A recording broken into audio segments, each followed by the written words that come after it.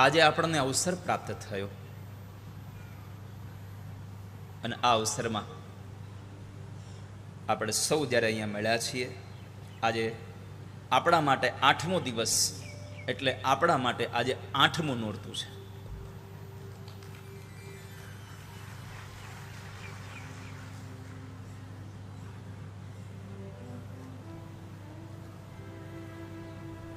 મહાગૌરી મહાપુણ્યા સર્વ પાપ પ્રણાશિની કૃપયા ભક્તિમાન નિત્યમ સૌભાગ્યમ પરિપૂર્ણયતિ. દેવી ભાગવત નામના ગ્રંથમાં આજે 8મો દિવસ એટલે માં મહાગૌરી. અને તમને એ પણ કહું, મહાગૌરીનું આજનો દિવસ અને આજે આપણી કથામાં પણ હિમાલયના ત્યાં ગૌરીના પ્રાગટ્યની કથા આવી રહી છે. આજે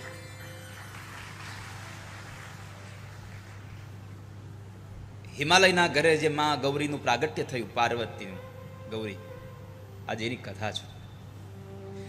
આ વખતે આ કથા એટલી સુભગ સમન્વય સાથે ચાલી. ગઈકાલે આપણે કાલરાત્રિની કથા કરી અને માં કાલિકા કાલરાત્રિ ગઈકાલે પ્રગટ પણ થયા. આજે મહાગૌરીનું આજે 8મું નોરતું કહેવાય અને આજે આપણી કથામાં પણ હિમાલયને ત્યાં ગૌરીનું પ્રાગટ્ય થાય એની કથા છે. આ બધું બેસતું કરવા જાવ તો ન બેસે. સાહેબ તમને સોમવાર તમારે લેવો હોય તો મળે નહીં, એ તો ક્યારેક જ આવે ભાગ્યમાં.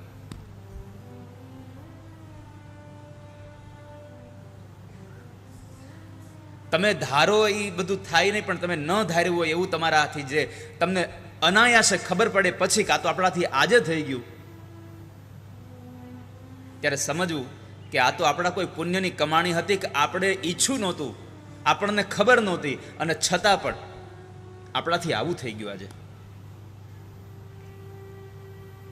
ભાદરવી અમાસના દિવસે હું રાજુભાઈને કહેતો હતો કે આખો ભાદરવો આ બધા લોકો શ્રાદ્ધમાં બધા બ્રાહ્મણોને જમાડ્યા. તમારું ઘર કેટલું ભાગ્યશાળી છે કે અમાસના દિવસે રાત્રે તમારી ઘરે મારું જમવાનું થયું. સવારે નવરાત્રિનો ઉપવાસ ચાલુ થતો હતો અને રાત્રે હું જ્યારે મોડા અમે મંદિરેથી ગયા પછી એમને કેવડાવ્યું. મેં કીધું કામ કરો ને, મને બાજરાનો રોટલો ખાવો છે.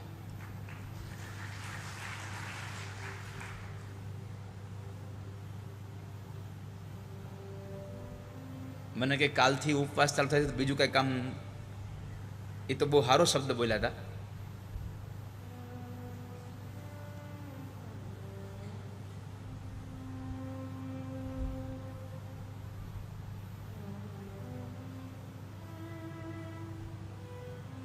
તો એને ખબર ન હતી કે ભાદરવાનો છેલ્લો દિવસ છે, પિતૃ મહિનો છે,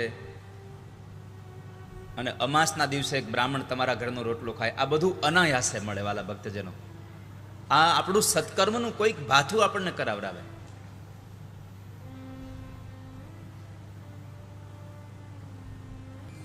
મારે તો 10 દિવસની કથા કરવી હતી, પણ આ સંગીત વાળાઓ ના પડી કે અમે નહીં રોકાઈ. તો મેં કીધું હું શું કરું એકલો. એ લોકો આ પાડે હું તો કહું 10 દિવસ, મને કઈ વાંધો નથી. ઉપાધિ તો ખાલી છેલ્લા 10મા દિવસની એક ખાલી ઈ ખર્ચો વધે એનું જ છે ને. કે શું કોકને આ હકા જેવો યજમાન છે આપણે.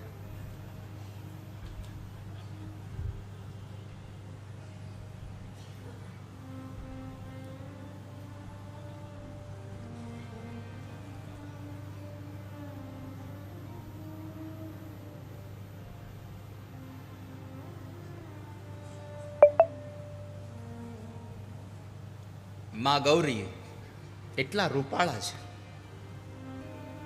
એટલે એનું નામ ગૌરવર્ણા. શંખ જેવા સફેદ છે માં, ચંદ્ર જેવી સફેદ છે માં.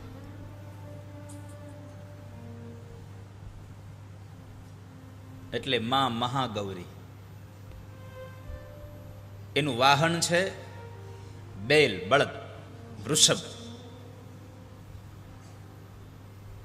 ધર્મનું પ્રતીક છે. ભગવાન શંકરના મંદિરમાં તમે શિવ પાસે જાઓ તો તમારે પહેલા વહેલા દર્શન ધર્મના કરવા પડે. પહેલા તમારે મંદિરે ત્યાં ધર્મ પાસે જવું પડે, પછી તમે આગળ જઈ શકો. ધર્મ, પછી ધૈર્ય, શાંત. કાચબો એટલો શાંત છે, ઘણા સસલા જેવા ચંચળ હોય.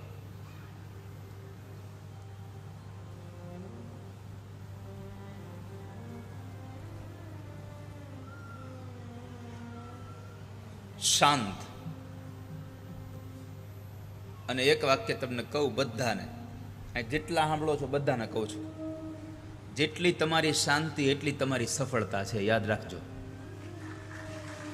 જેટલી તમારી શાંતિ એટલી તમારી સફળતા છે.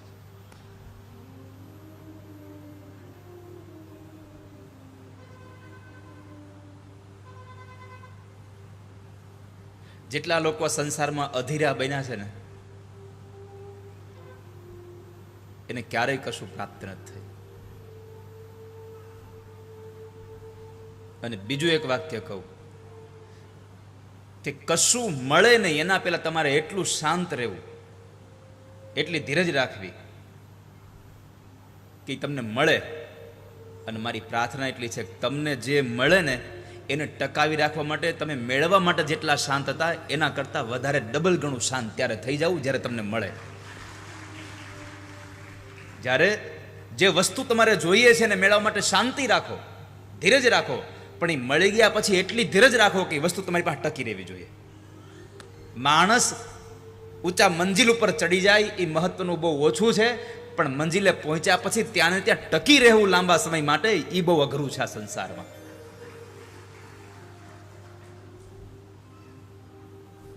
બધી વસ્તુ મેળવવી કદાચ હજી સહેલી છે, પણ મળ્યા પછી એને ટકાવી રાખવી બહુ અઘરી છે.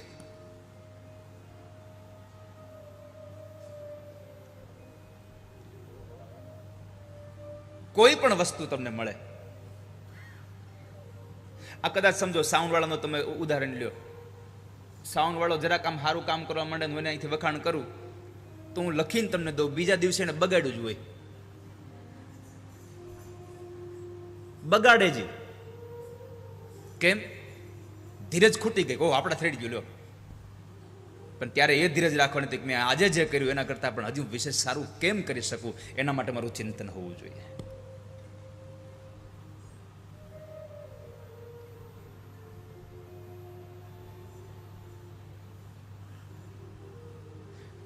આ શૂટિંગ વાળા છે, એને કંઈક સારું કામ આમ સારું લાગ્યું મને, હું એને એમ કહું કે આ બરાબર થયું.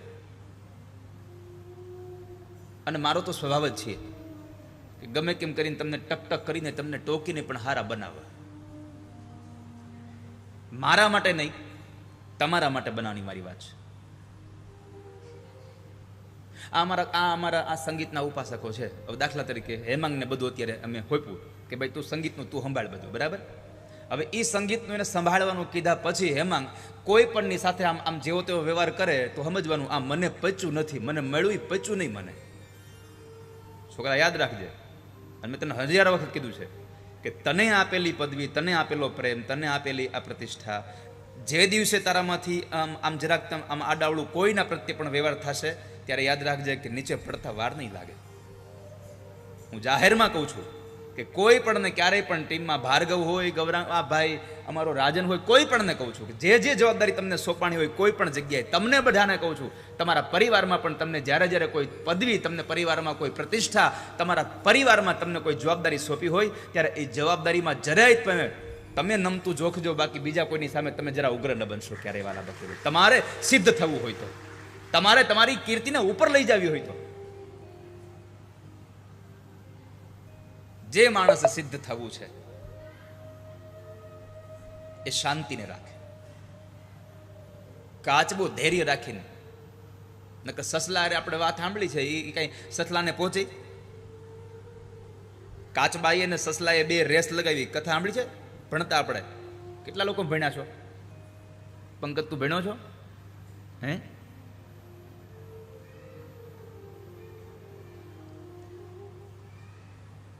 સસલાને એમ કે હું તો હમણાં પૂગી જઈશ, દોડવા જ માંડ્યો.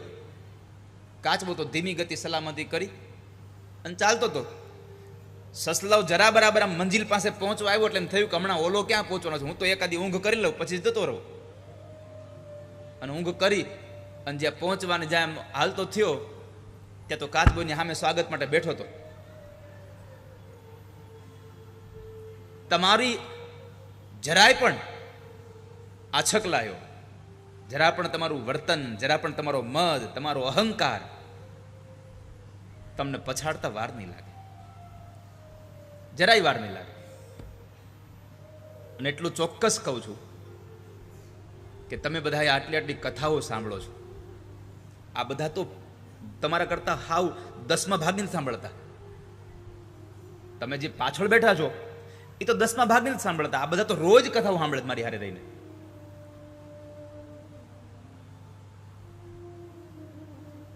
જરાક એનું ધ્યાન રાખજો. કાનમાં કહું છું કે તમે મારી હારે રહો છો ને તો કાંઈ એવા કામ ન કરતા કોઈ એમ કે આ તો જિજ્ઞેશ દાદા ભેગા કામ કરે છે.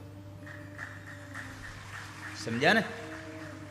મેં 500 વખત કહ્યું છે તમને કે જ્યારે પણ તમે કોઈ સ્ટેજ બીજા ઉપર તમે ગાતા હો ત્યારે પણ તમે તમારી આ કળાઓને વફાદાર રહેજો. કળાને વફાદાર રહેવાનું. આજે 8મું નોરતું છે, વૃષભેરું વાહન છે.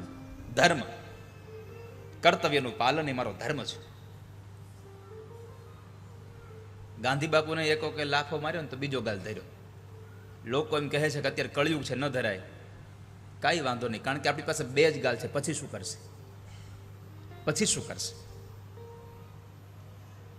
માણસની થપાટ પડે ને ગિરીશભાઈ, માણસની થપાટ પડે ને એનો ઘા રૂજાઈ જાય. જેથી ભગવાન થપાટ મારશે ને તેથી કોઈ દી ઘા નહીં રૂજાય. યાદ રાખજો. પરમાત્માની જેથી થપાટ પડશે તેથી કશું નહીં થાય. એટલે તમને બધાને કહું છું, ધર્મને સાથે લઈ અને આજે 8મું નોરતું છે. માં જગદંબાનું એ આજે 4 ભુજાઓ વાળી, એક હાથમાં ત્રિશૂલ, એક હાથમાં અભય મુદ્રા, એક હાથમાં ડમરું અને એક હાથમાં વર મુદ્રા.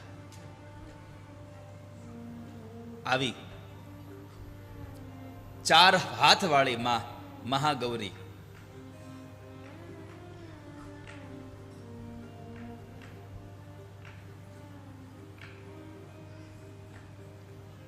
આ માં ગૌરીનું એક કથા એવી પણ છે. પાર્વતીની ભગવાન શંકરની ઉપાસના માટે માં પાર્વતીએ ખૂબ વ્રત કર્યું. એટલી તપશ્ચર્યા કરી કે માનું શરીર આખું કાળું પડી ગયું. પણ ભગવાન શંકરે સ્વયં એના હાથે ગંગા જળથી માં જગદંબાને સ્નાન કરાવ્યું અને માનો રંગ ઉઘડ્યો, માનો વાન ખુલ્યો અને માં રૂપાળા થયા. ત્યારથી માં ગૌરવર્ણા બન્યા છે, મહાગૌરી બન્યા છે. માની ઉપાસના કરશો તો બધા પાપમાંથી છૂટી જશો. અને જે લોકો આ જગદંબાની આ મહાગૌરીની ઉપાસના કરે છે એ પવિત્રતાને પામે છે, શાંતિને પામે છે. અને સૌથી મોટી વાત, જો સ્ત્રીઓ આની ઉપાસના કરે તો એ દાંપત્ય સુખને પામે છે. સખિયું ચાલો જઈએ રે શિવને પૂજવા, સખિયું ચાલો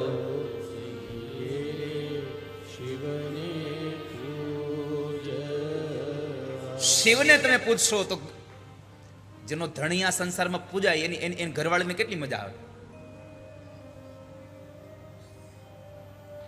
કેટલો આનંદ આવે.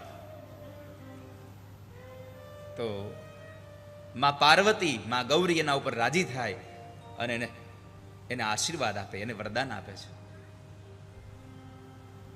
તો આજે 8મો દિવસ, 8મ કાલ છે, અષ્ટમી કાલે છે,